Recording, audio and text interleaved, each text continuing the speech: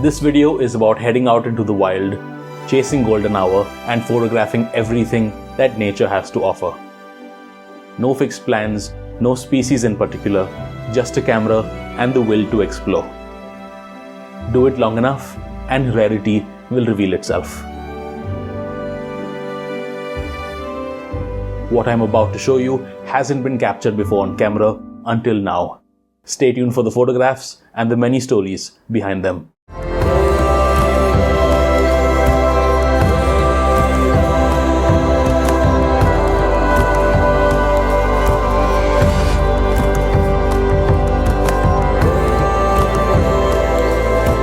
Welcome back to the channel. If you're new around here, my name is Kenneth and I'm a commercial filmmaker and photographer from Bombay.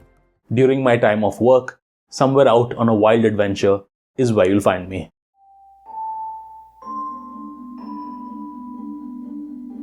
As always, my day began when most of the Eastern Hemisphere was still asleep. Missing out on a good night's rest is all part of the deal if you want to capture first light. I reached my destination a short while after when golden hour had just set in. Scaly-breasted munias were my first sighting.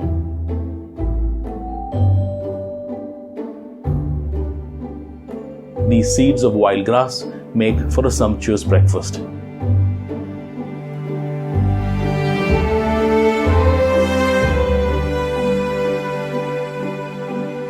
If you're not familiar with the term golden hour, it's the time of day when the sun is just above the horizon.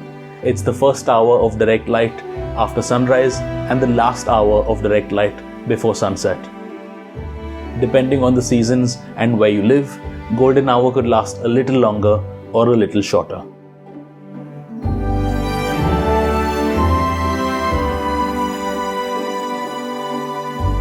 This is the kind of lighting that is well worth a sleepless night.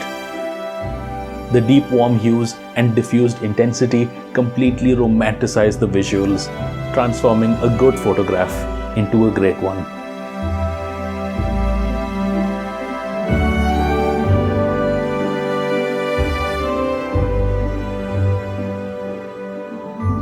When you're photographing wildlife, you're working with subjects that you have absolutely no control over. And trying to do that during golden hour, which quite literally lasts an hour, it would be a luxury to make one exceptional image.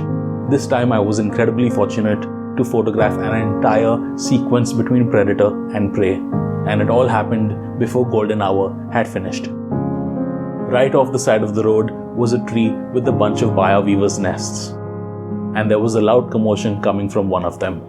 I looked outside the car window and I saw a snake slithering down a branch and onto that nest. Some of the birds were frantically trying to defend it, whilst the others were in a state of panic. The circle of life was in session, and there was no way that I'd miss out on telling its story. This is an Oriental Rat Snake, and it was on the lookout for helpless chicks or eggs that were yet to hatch. Rat snakes get their name because of their acquired palate for rodents and other ground animals. But when food is scarce, starvation will take you into the treetop to find an alternative. Unfortunately for the rat snake, there were no chicks or eggs in the nest. Preying on adult birds would be nearly impossible because of their alert and swift nature. If the snake wants to survive, it will have to look elsewhere. A few moments later, the owner of the nest showed up to inspect the damage done, but it wasn't a buyer weaver. It was an opportunistic Indian silverbill that made the abandoned nest its free home.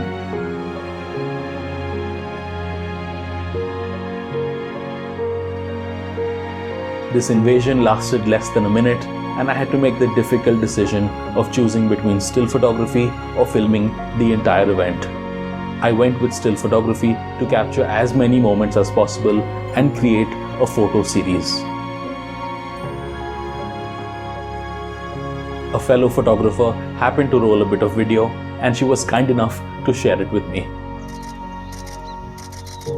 You can hear the panicking of the birds in the background and my camera shutter firing away. In hunting scenarios like these, it's easy to empathize with the victim and root for it. Some people even go to the extent to interfere with such hunts, favoring an outcome of their choice. In case you happen to be someone like that, take a step back and let nature take its course.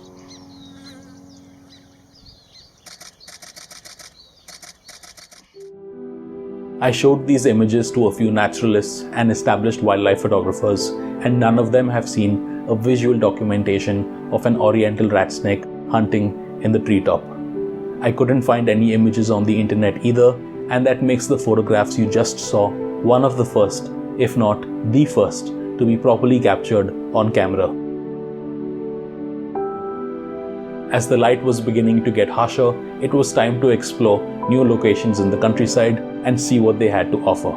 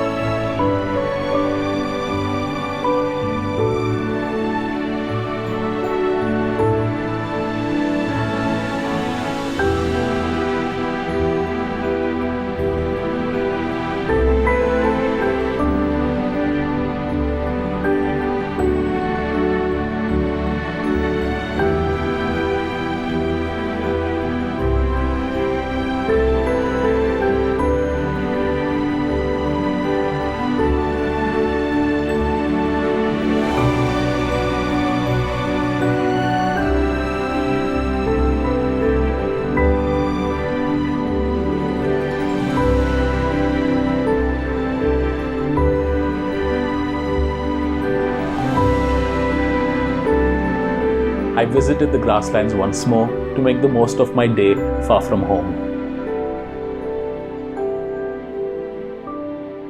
The grass was now taller than my car, and I got to capture a couple of species that I missed out on previous visits.